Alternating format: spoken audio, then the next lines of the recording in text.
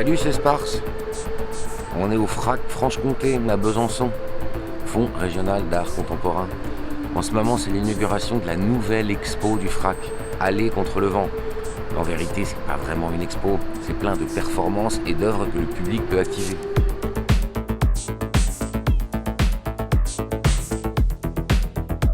Donc Sylvie, l'expédition Aller contre le vent, en fait, le nom vient de Wandering in the Wind, cette performance de The Play, c'est ça, c'est l'idée de départ. Voilà, c'est un collectif qui s'est créé dans les années 70 au Japon pour s'opposer au système institutionnel. Donc ils ne voulaient pas exposer dans les musées. Donc c'était vraiment, ça participe dans les années 70 à un mouvement de contestation. Hein. On les voit pendant des jours remonter le vent. Là, on est sur une œuvre de Shimabuku. En fait, c'est des billes qu'il a fabriquées pour des pieuvres. Il est vraiment allé jeter ces billes-là dans la mer et bon, il a rencontré des pieuvres, bon, ils sont devenus bons potes. Il paraît que les pieuvres aiment les objets circulaires, donc lui il a offert des jolies billes aux pieuvres. C'est absolument fou. Mais elle peut prendre bien d'autres formes, la performance, puisque ça peut être l'objet de captation, vidéo, photo, voire de transposition dans d'autres médiums, comme des installations, des volumes, etc. Puisqu'on a aussi des œuvres qui deviennent interactives en quelque sorte, où le public est associé.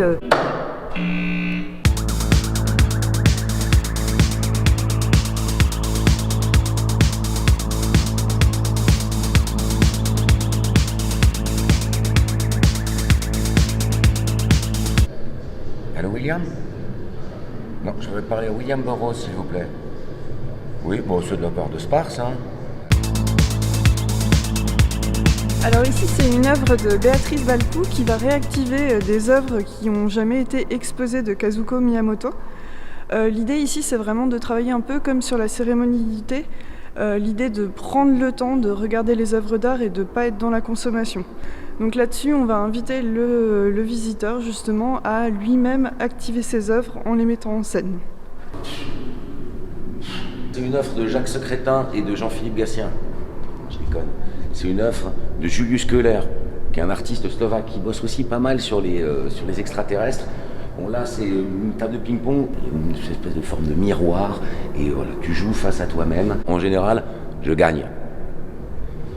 Toutes les œuvres qui sont présentées dans cette exposition appartiennent au FRAC. Pour beaucoup, elles ont été acquises récemment, quelques-unes plus anciennement, notamment l'installation de Marina Abramovic. Mais toutes les œuvres que vous allez voir dans cette exposition, y compris les performances, ont été acquises par le FRAC. Et c'est venu enrichir une collection qui, depuis 2006, s'oriente vraiment sur la question du temps, donc de la durée, de l'éphémère. Donc ça a du sens par rapport à la performance, bien évidemment.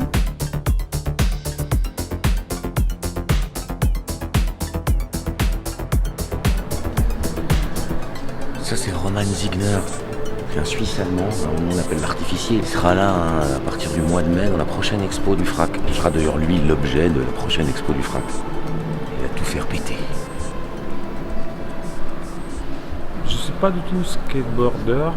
J'ai beaucoup aimé la côté pop de l'objet, c'est-à-dire que c'est un objet où tout le monde reconnaît.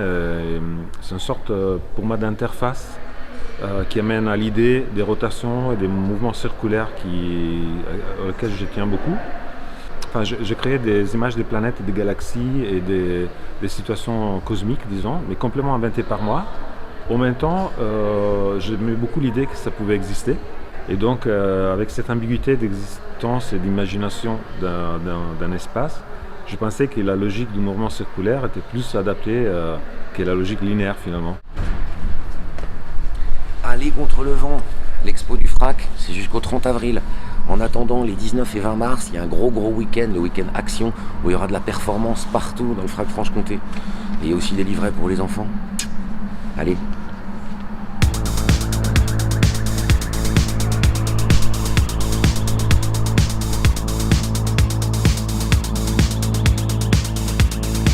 La doudoune sans manche, les gens ont cru que c'était une performance en fait. Pourquoi je circulais avec ça?